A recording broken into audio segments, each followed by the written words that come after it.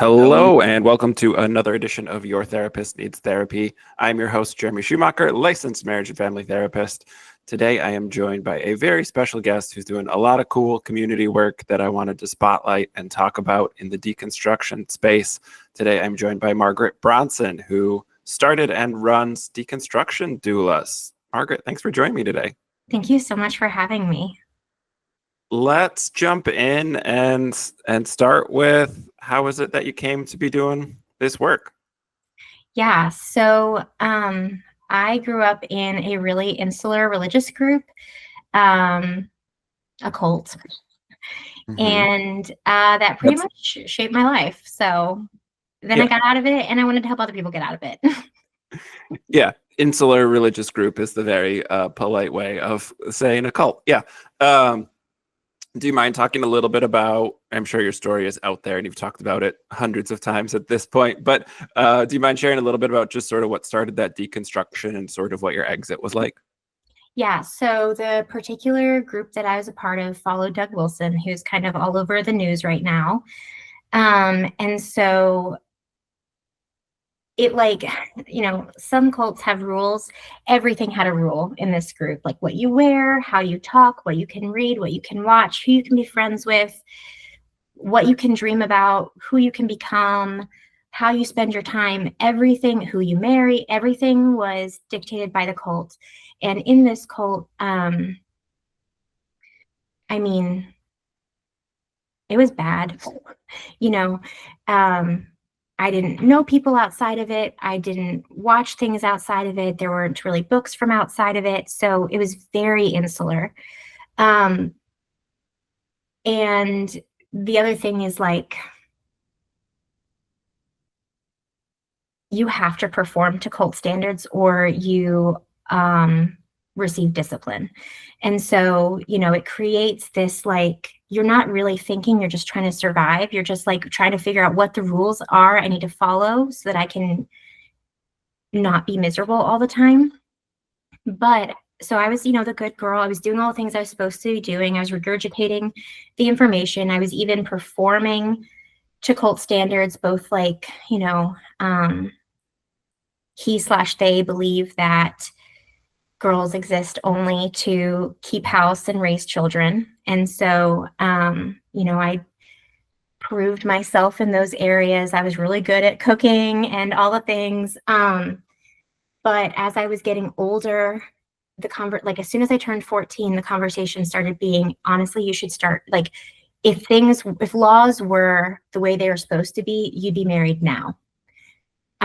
It's actually, like, bad that you're not married yet. That's how God wants it, because you're wasting all these fertile years, and there's all these men who need to get married and have babies and all this stuff, and talking about changing the laws to reduce the age of consent and all of these, like, really scary things that I didn't have any source of information that told me that they were wrong except my body.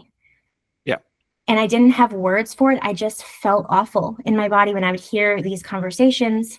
And then boys started giving me attention, and I knew what it meant because I was hearing sermons about how there's no such thing as marital rape, how your body belongs to your husband, how you have to give it to him whenever you want, how you can't use birth control. So, everyone that I saw get married had a baby 9 months later. And not only that, in Doug Wilson's world, fathers pick who you marry. And so I'm looking around at all the boys who are, like, cozying up to my dad and freaking out. Yeah. So I feel like my body told me to get out before I knew what I was getting out from. And another piece of it is, like, I would hear people say things and I'd feel like, whoa, like, that sounds awful. My body would react to it. And I'd look around me and everyone else would be, like, nodding and, like, solemn approval. And the thing that I keep telling people is, like, you have to understand the leap as a child to look around at everyone you know and be like, I'm right and they're wrong. Yeah. That's a crazy leap. But the way that I got out was twofold. First, I, like, weaseled my way onto the internet. without my parents knowing, and joined a Lord of the Rings fan forum where we basically played D&D and wrote fan Amazing. fiction. And so I met different kinds of people there, one of them being my now husband, who helped me get out. Yeah. But then when I was 16, there was a pedophile at our church, and they wanted to have him confess in front of the congregation and then tell everyone, since he's confessed, God has forgiven him. That means we need to forgive him. Forgiving means forgetting. So you basically have to pretend you never heard this, still let your kids have access, still let him have access to your children. If you don't, you're hateful and a bigot and unforgiving and putting yourself over God's authority and all this really insane religious crap. And my parents did call the police, and so we got excommunicated.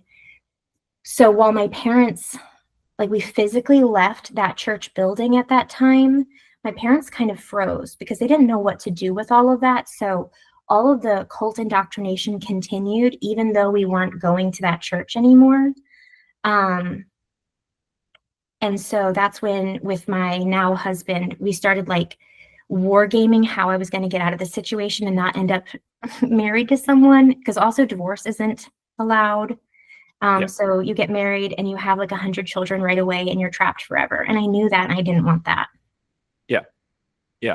I was trying to do a quick Google search because you're right. Doug Wilson is in the news lately. I just keep seeing clips of this interview and I can't track down where the interview was, but he's a small bearded man who is on one of these interview shows, basically telling the interviewer she shouldn't have a job and she should be having children instead. And I think it sounds crazy to people who didn't grow up around it. Doug Wilson is in Moscow, Idaho, is where his church is. They've taken over their local town. There's a bunch of neo-Nazis around, which is like a thing I'm interested in. If you want more of that, you can listen to my episode with Spencer Sunshine from a few episodes, and we talk about neo-Nazis. And cozied up to the NAR, the New Apostolic Reform, which is what Mike Johnson is a part of. Vance Belter, the Minnesota political assassin, is part of that movement. So, like, right, he's in the news, even if people don't know who he is. And it's one of these not tinfoil hat sort of conspiracies to say, hey, like, if you're looking for a small, shadowy group of people who are pulling the levers of power, like, it's the New Apostolic Reform. It's people like Doug Wilson and what's going on up in Idaho. Yep. And the Secretary of Defense, Pete Hegseth, is part of Doug Wilson's church. And so, yeah, I mean, it goes all the way up to the top. I think that's maybe where that interview has been popping up. Hegseth retweeted it or whatever. Yeah. Who, like, you know, is what, on his third marriage? Like, also drinks on the job, but it's fine. Men don't have to follow the rule. Like, that's one of these things with patriarchal societies. So you're raised female and socialized female, and you're very concerned about all these rules and knowing what is going to happen if you try and break them. And the men in power sort of get to break them at will. Because if you confess, or if you have a meeting with your pastor or whatever it is, all is forgiven and we move on, and there's no actual accountability anywhere. Yeah, I mean, what it really becomes in the end is like a predator support group, right? Like, we're just going to basically keep a bunch of sheep ready for you to abuse and then protect you when you abuse them. Yeah. And for anybody who's studied abuse dynamics and predators, coercive control, predators find their way to these things, whether it's willful, intentional or not. So many abusers, pedophiles, other people who wanted to find their way to their victims were Boy Scout leaders for a long time. Why? Because there was no accountability. And so these structures that lack accountability it's flames to a moths to a flame with some of this stuff, because it's like a radar. It's whether it's conscious or not, it's there and it's attractive to them. And I think for people who want power and to be in power, it's also attractive, even if it's not, you know, a pedophile or sexual abuse. If it's wanting to lord over someone, if it's wanting to have a cadre of tiny little humans to do all your household chores for you, it's very appealing. And you find your way to these things, whether you are writing it out on a whiteboard, evil genius, or just sort of, oh, that sort of vibes with what I've got going on internally in my brain. And so people find their way to these things. I like that sort of, it is a protection racket for abusers. Yeah. And I think, cults can't get you if you have secure attachment. They prey on people who don't have secure attachment, whether they've been disconnected from their culture, their community, their identity, their family of origin. There's some sort of like feeling of loss, relationally, attachment wise. And so the cult, especially for the men, it's like that father wound. You get like this male approval. You get in to this group where like, it's great to be a man, and we're going to tell you how to be a man, and we're going to give you a sense of belonging, and you're good and you're right and you're safe and we have your back. And so I think a lot of men join because they have this like hole for a strong male figure to fill, and the cult's right there ready to do that. And then it comes with, now you are in charge and it's your job to lead your family, and it starts with like, you want to lead them to be godly, right? And so it's like, oh, we're gonna have this like beautiful nuclear family, but then you're in deep, and you're going to lose the approval, the affection, the attention of the men who are filling that hole if you don't start abusing your family, because you have to get them to follow these really restrictive cult dynamics. They can't, which means you're going to have to punish them. And in Doug Wilson's cult, wives get spanked if they don't live up to the whatever, if they talk back to their husbands, which in and of itself is like a ridiculous thing to say. If they do it in front of the kids, the elders will prescribe that the husband literally spank the wife in front of the children to show that even she is not above God/his authority. And so it's like a really well laid trap. Yeah. And I mean, if you want to look at American leadership, grown men with daddy issues is the easy way to summarize it. But you're right, this attachment wound, and again, predators have sort of this sixth sense for people who are vulnerable. Human beings are social creatures, and social creatures who don't have a community base is where it's easy to find those people. And so church membership, we know, goes up after natural crises. We know, I don't know that that's true anymore, but that used to be a very strong trend. Mm-hmm. And some of this stuff is because vulnerable people is who the church is trying to attract. They're leading with community and then stifling any growth beyond that. It's all in-group, out-group dynamics. Yeah, and creating further attachment wounds by the first thing the cult does is going to separate you from anyone that you did have in your life. It's going to further isolate you, and then creates father wounds by creating this like combativeness between parent and child. So these little boys, they grow up, they're in Doug Wilson's cult, you have corporal punishment beginning as young as 6 months old. The boys get it worse than the girls. I grew up listening to hour-and-a-half sermons while boys were crying in the parking lot, 13, 14-year-old boys who are getting disciplined for not paying enough attention during an hour-and-a-half sermon. Lots of physical abuse. And so the father wounds are being created that then the cult will then fill and turn them into perpetrators to create further father wounds, and it just goes on and on and on. Yeah.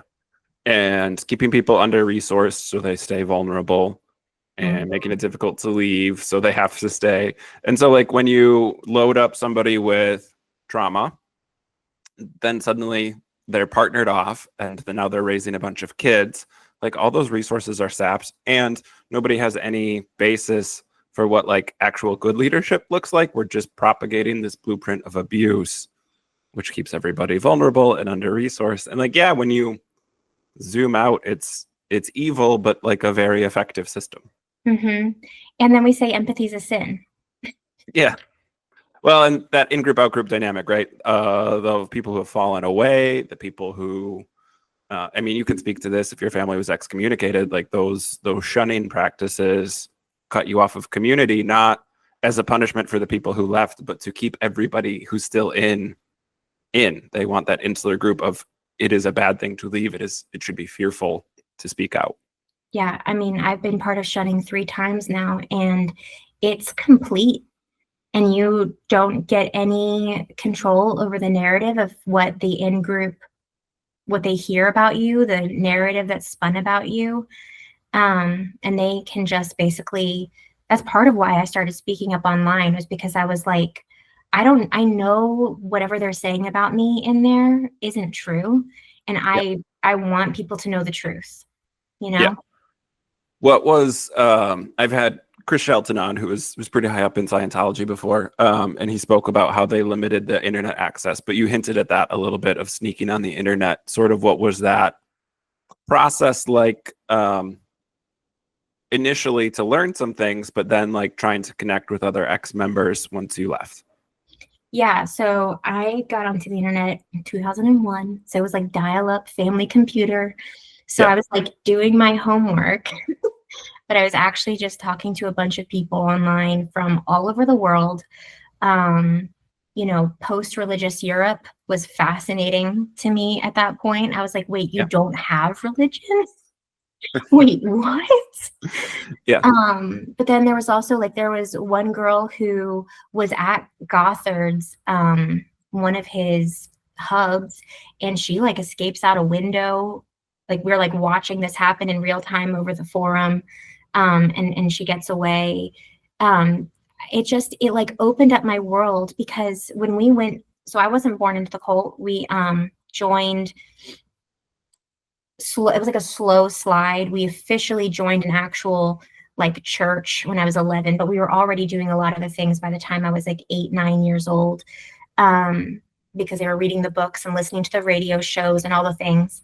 And before the cult, we were going to the library all the time. But apparently John Dewey was like this big bad person, and the Dewey Decimal System was like demonic. And so we weren't supposed to go to the library anymore.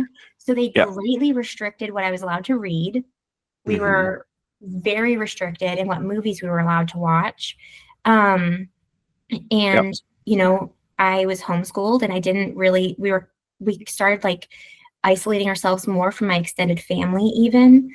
And even when you are with people who aren't part of the cult, you're doing it combatively, right? You're trying to get them to join the cult. You're trying to get them to see that you're different and better and all these things. And so like the wall between me and the rest of the world, me and anything, because, oh my gosh, this Hollywood idea of cults being like a walled village and everybody's in it, and you have to like physically escape across the wall somehow, is so uneducated about how cults actually work by and large.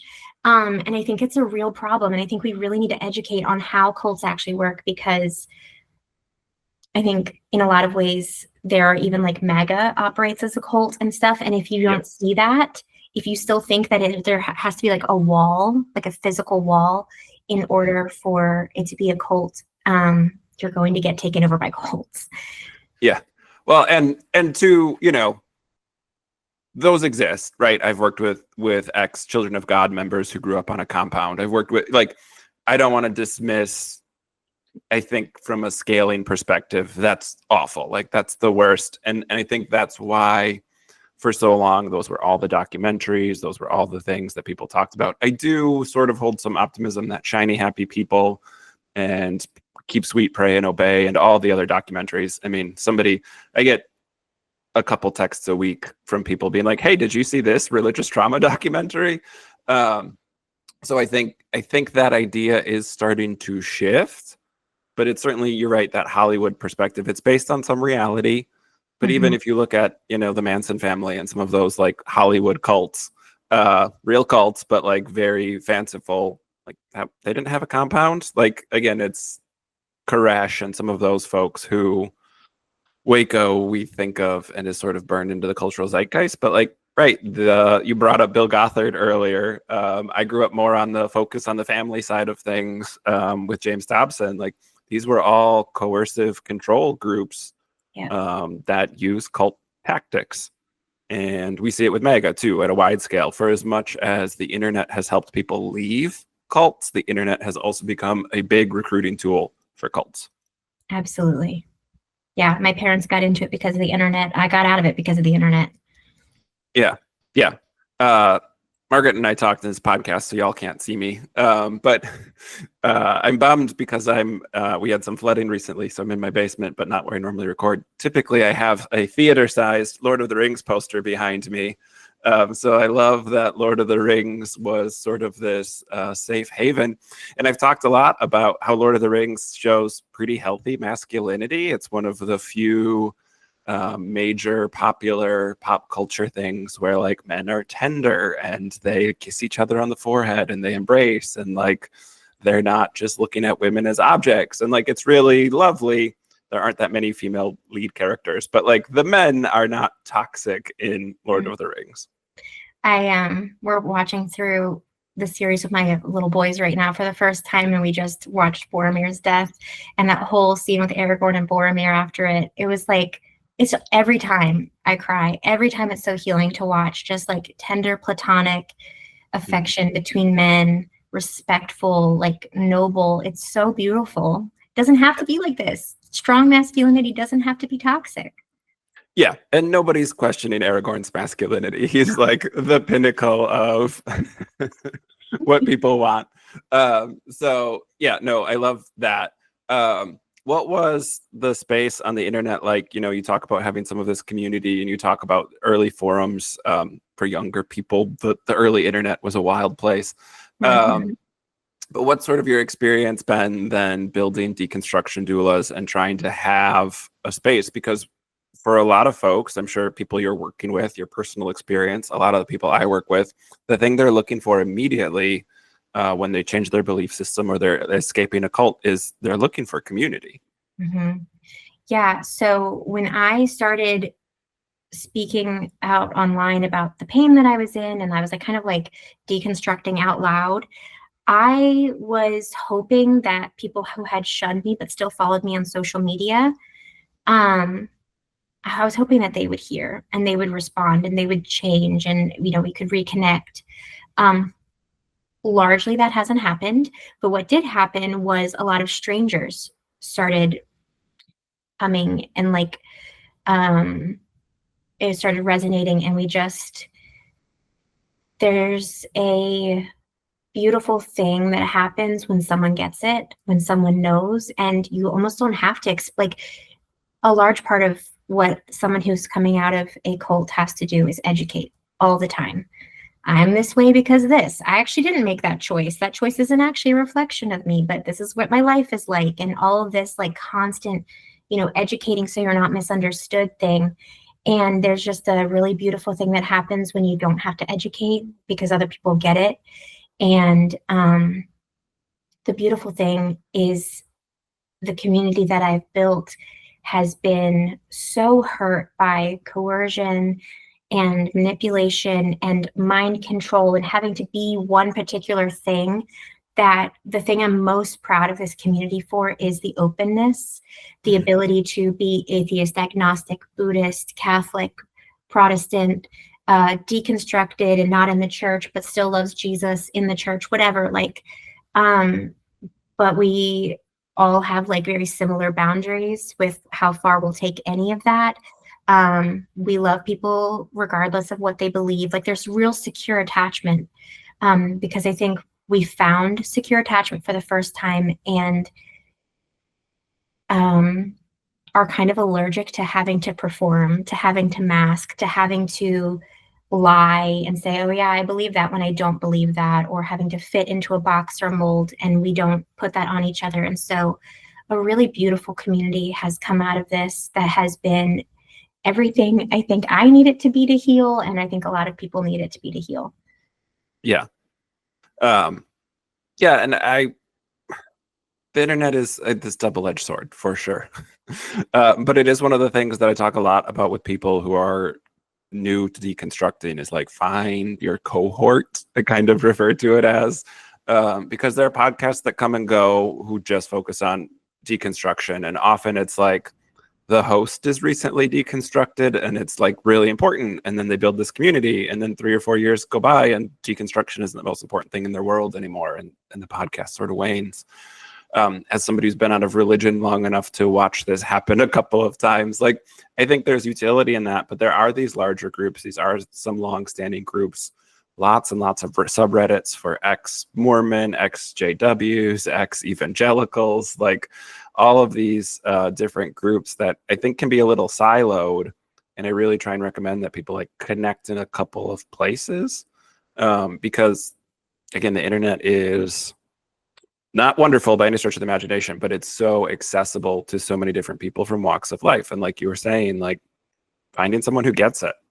Yeah. Even if they're ex-Mormon, even if they grew up in a different cult than you did, so much of the coercive control and the mind control tactics that people are using are the same. It's not, each cult is not coming up with their own. They're using the same ones. Yeah. Yeah. I watched the Mormon documentaries and I'm like, okay, the aesthetics are different. Like we don't have the underwear thing. You know what I mean? But like, it's the same. Keep sweet and pray. Like that was my life, you know? Yeah. Yeah. And every fundamentalist group sort of points to some other fundamentalist group and see, they're the crazy ones. We're not that bad. Because that was the big thing. I grew up fundamentalist evangelical, and that was the big thing that we had was like, well, we don't all dress the same way. And like that was a big like gotcha that they trotted out all the time of like, we're not crazy. Look at the people down the road who all have to wear the same outfits. That's when you know it's bad. And I just like reflect on it and it's like, yep, you're right. Aesthetics change. I think like personality, cult of personality, the leader changes from place to place, but you know, it's a lot of the same stuff, and it comes back to like a control for the leadership and a hierarchical control structure, and then that in-group out-group dynamic. Yeah. Yeah. Yeah. And you can't differentiate at all. You have to stay in the box or you're out. It's very all or nothing. So you talk about not necessarily finding a ton of people that you grew up with or a lot of people who still followed you on social media, but where did sort of deconstruction doulas grow out of, and how did that sort of percolate in your brain before becoming a thing? So I think a lot of people found me through, there was a few leaders of the movement whose daughters were themselves deconstructing, and they shared my stuff a few times. And so I got a big collection of like ex-homes, like were homeschooled, you know, maybe they grew up under Dobson or Bill Gothard or Doug Wilson is pretty much like the primary three that kind of found me. And now the algorithm is kind of taking it past that, because I also talk a lot about, I was a pastor's wife in the SBC for 12 years. And the first few years of that, super healing. Like women are people. Yeah. So that itself was healing. But then Doug Wilson showed up in the SBC and everyone's like, oh my gosh, this guy's amazing. And family worship started being the thing, and disciplines. It was not just like, you know, spanking is a thing on the, like a tool in the tool belt. It was like, you have to do it every time and you have to do it exactly like this culty stuff. And, so part of like my story is seeing how evangelicalism allowed like Doug Wilson to basically like cut through them like butter and just like come through with almost no resistance. I know many people who lost their jobs or their place in their church speaking out against it in evangelicalism. And like, yeah, maybe they don't follow all the rules and look exactly like and live as extremely as someone who is in maybe a CREC Doug Wilson church, but they kicked people out of their church for saying things against Doug Wilson. And in reality, they agree with all of the tenets of what he's saying. They're just not as consistent. They're just not as serious about it. And I think part of why, I think actually they feel some degree of being lesser Christians because they don't take it as seriously, and they really respect how seriously Doug Wilson takes it and how far he's willing to go for it. Yeah. Yeah. And so much of it is ends justify the means. You know, with evangelicalism specifically, I think because it's always an eternal soul at risk. That's where the political right got taken over by, or, you know, vice versa, where the religious right and the political right really went from like, we're anti-abortion to like Trumpism is the loyalty test now. because it's an ends justify the means sort of mentality. And it's where these cult of personalities can come in, and somebody who has got a big following can take over very quickly because there isn't a better structure anywhere else. The SBC isn't any better. The Lutheran Church isn't any better. Because there's no accountability in these groups across the board. It's not something that is based on mutual respect and accountability. It's all hierarchical. Yeah, exactly. I mean, it's been 10 years since the beginning of Me Too, and the SBC in particular has been confronted with their sexual abuse cover-ups for 10 years, and nothing has changed. Yep. Well, and the Catholic Church is still spending millions of dollars every year to not pay victims. It's, and that was, over 20 years ago now. Mm-hmm. Wow, I'm getting old. But also this idea that I think people think that there's a different group. And I try and be cautious around this because I'm not anti-religion.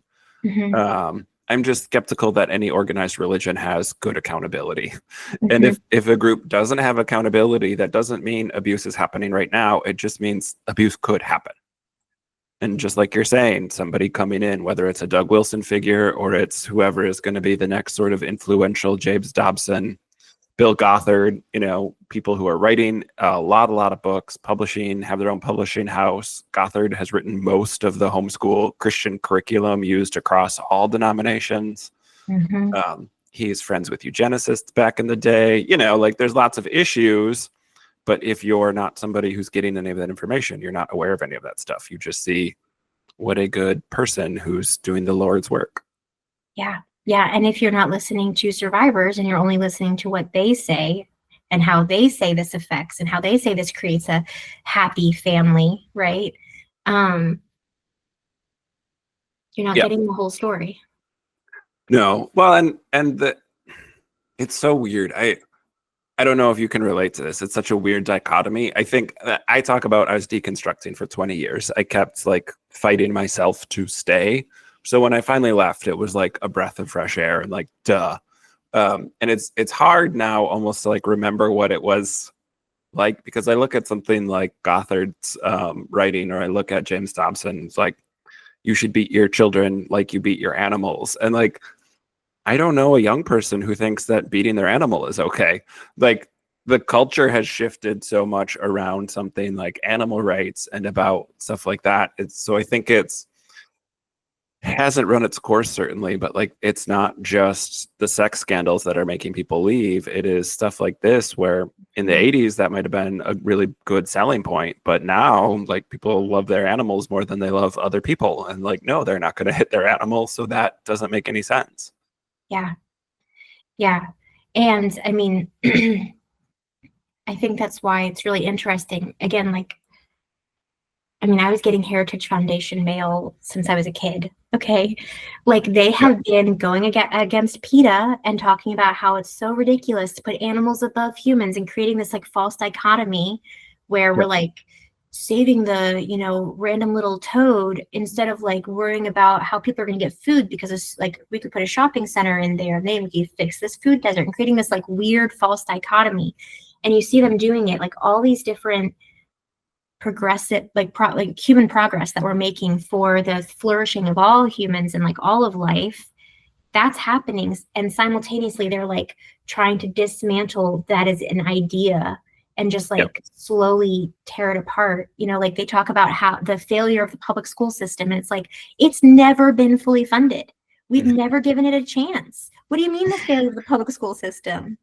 Yeah. You made the world you wanted. Yeah. Well, and we're seeing this. This Trump is doing these things to such a exaggerated perspective. It's full mask off, but we see it with the job numbers right now.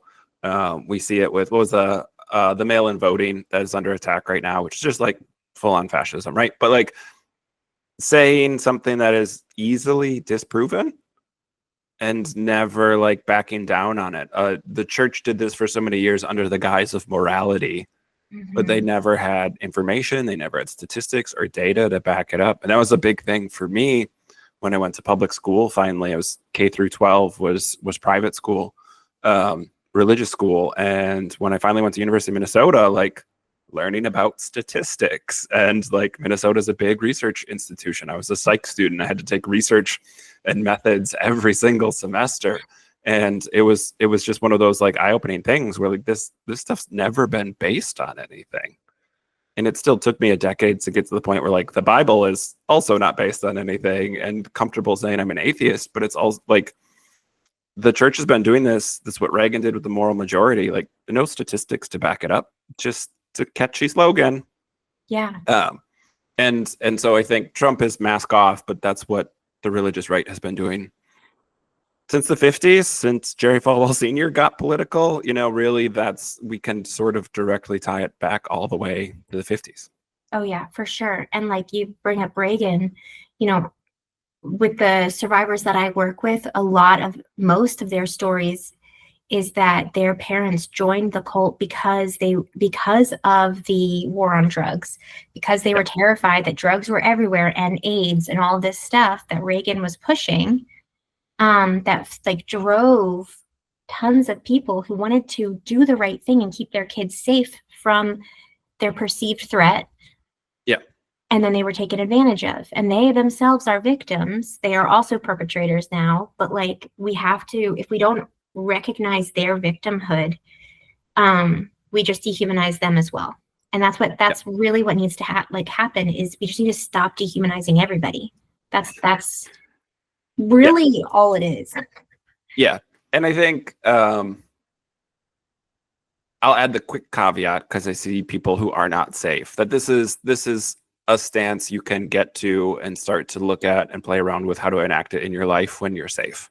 Yes.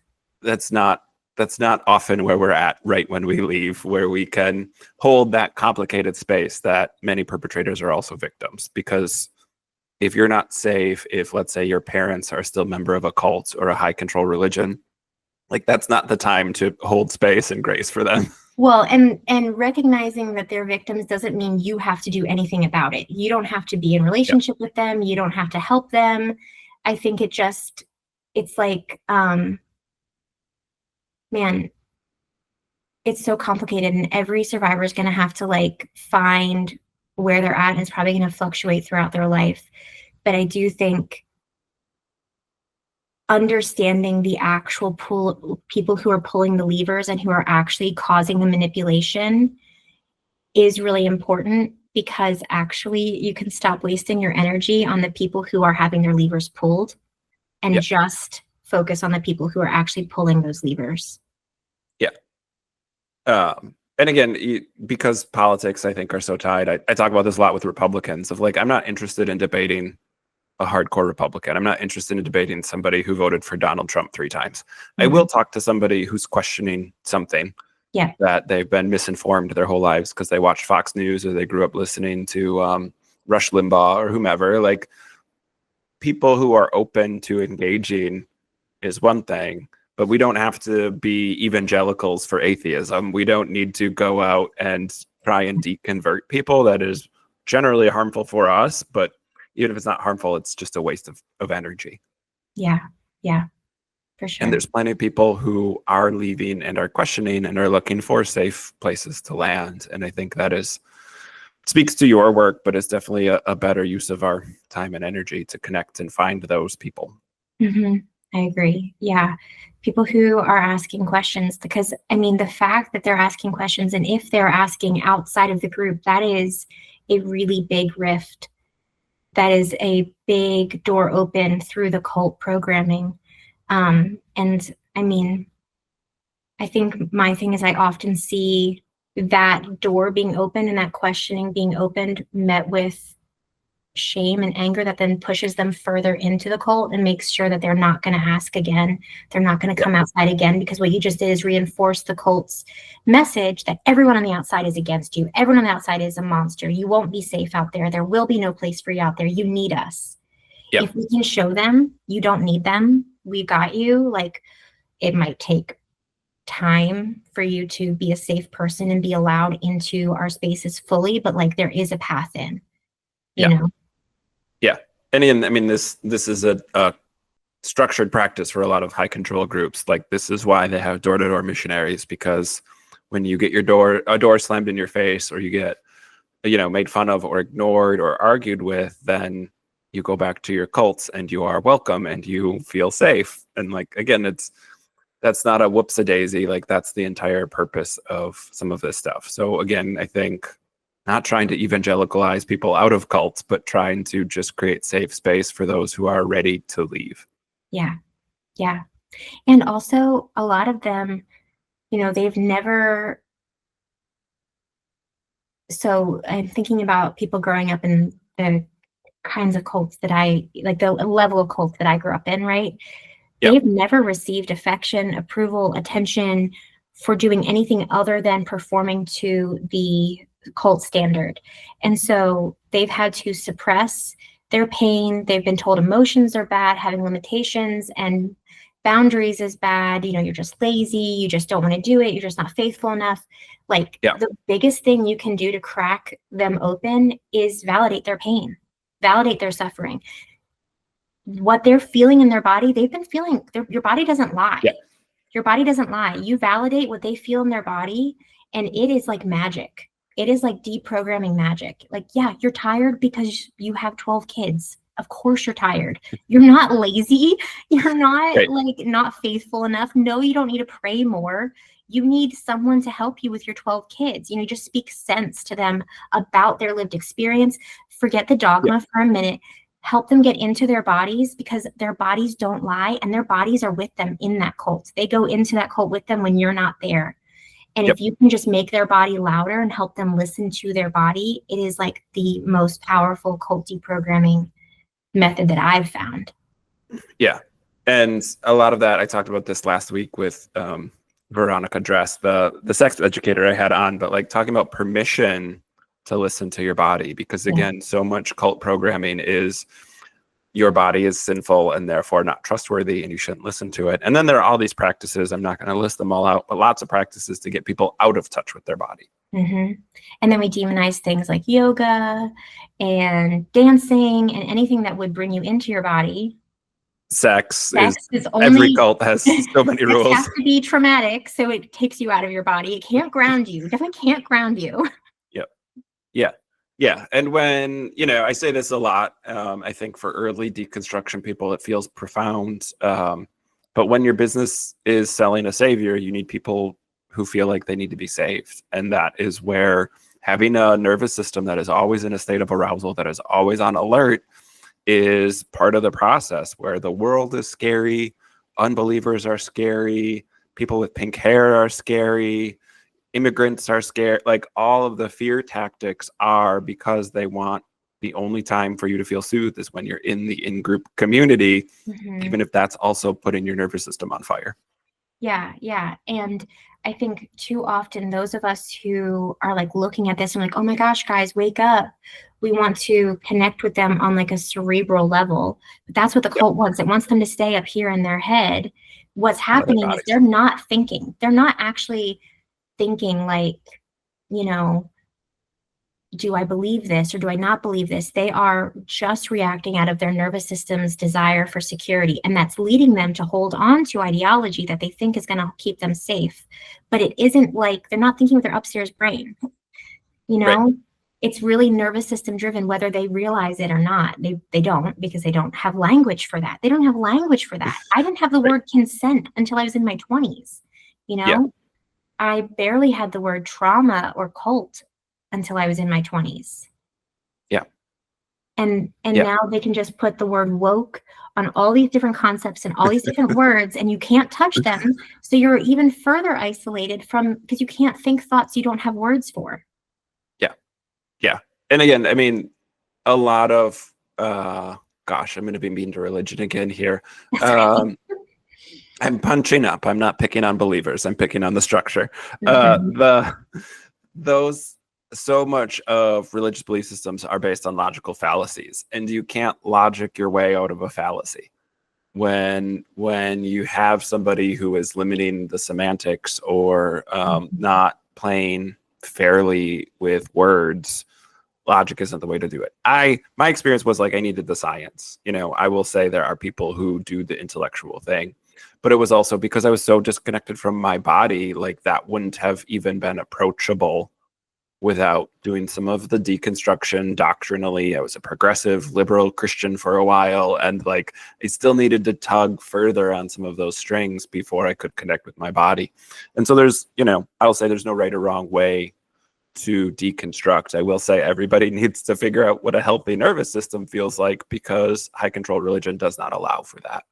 Yeah. And I mean, I do see this in my work, like you have to deconstruct a certain level to be able to engage in healing your body, because you have been told all of those resources, tools, practices are, sinful, dangerous, whatever. Yeah. And so it's like this layering, this like man, I've been doing it for 18 years. You've been doing it for 20 years. Like it's a lot. It's a lot. Yeah. Yeah, I'm having a little bit of a flashback to a time where I was still a Christian. I did a Bible study on Christian suffering, and like I talked about yoga, and I remember like I'm a good little grad student, whatever I was at life. I think it's in grad school.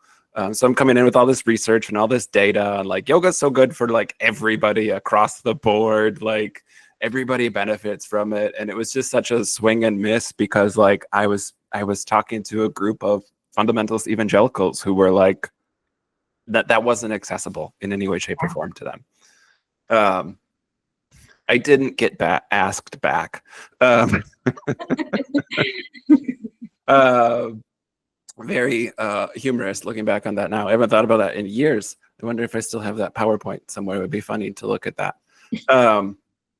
When do you think Doug Wilson's getting a Netflix or Hulu or HBO Max documentary? It's gotta be coming, right? There's talk about it. Yeah. I will say, Clint Heacock, Dismantling Doctrine podcast, I think he did 6-hour-long episodes on Doug Wilson and the NAR, the New Apostolic Reform, because he came out of the Jesus Freak movement in the 80s in the Pacific Northwest, and so sort of was around for some of that earlier Moscow, Idaho stuff, and seeing what it's become today. So quick plug, if you want to, if Doug Wilson isn't on your radar, or you didn't grow up in that specific sect of fundamentalism, that podcast does a really deep dive that I think is pretty approachable for folks. It's a pretty comprehensive view of how that whole movement came to be and where it's all connected now. So that if people are interested, if it's going to be triggering or unhelpful, don't listen to it. But for those of you who are maybe a little more intellectual or are looking for like, wait, how does this make sense? The things that Jeremy and Margaret are talking about sound a little crazy. I need more information. That podcast is pretty good. Again, I think he's one of those figures who's sort of flown under the radar without a big abuse scandal. Even Gothard has had some pretty public abuse scandals come out. So it'll happen. But yeah, it's weird to see Hegseth, and when you said he's in the news, I knew like exactly which interview clip I had seen like 3 times this week on different social media sites of like, oh yeah, there's Doug Wilson. That's weird. Yeah. So information there, but Margaret, let's talk about Deconstruction Doulas. Where can people go? What do you guys got running right now? What's sort of available for folks who might be looking for some of this safe community, secure attachment spaces? Yeah, so we're mostly on Instagram as far as social media platforms go, but we are expanding and getting some help. I could not personally run all of the different platforms, because most of my work is offline, working with survivors in their real lives, helping survivors get out, making sure they're getting safe. So what we're doing right now is largely like trying to get bigger. And what I mean by that is like able to handle more survivors, because there's it's there. We have to scale. There's so many survivors. There's so many people who need it. And another big thing we're trying to do right now is we're doing a really big fundraising push. We've never had any sort of seed money. It's just been survivors sharing money and resources with each other. And one of the big things is I wish the deconstruction space held space for this more. The financial toll and like religious trauma isn't just being sad about church stuff. Like it's church hurt isn't just your feelings are hurt. Like Right. my children are physically suffering, you know, like our kids are hurting and we're not safe still.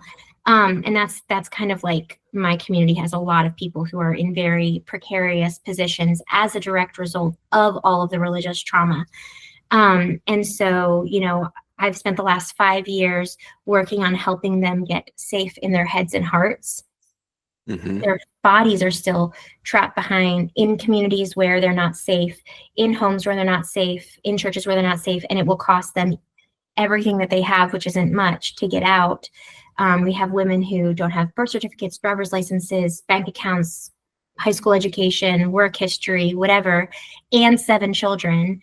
And no one thinks they're allowed to leave or they'd be sinning. So no one's going to help them get out. And so I'm trying to raise a large amount of money to help give those kinds of women, people who want to get out, but they can't for whatever financial reason, they can't afford housing, legal fees, education, whatever it is, to be able to give them some freedom. And really, like, money's the big thing that will give them that. And so we are trying to raise money right now. If people want to join our community, we have a Patreon, but we have it set so that you can join for free. It's just like an honor system. If you have something to contribute to the work, great. If you don't, that's all right.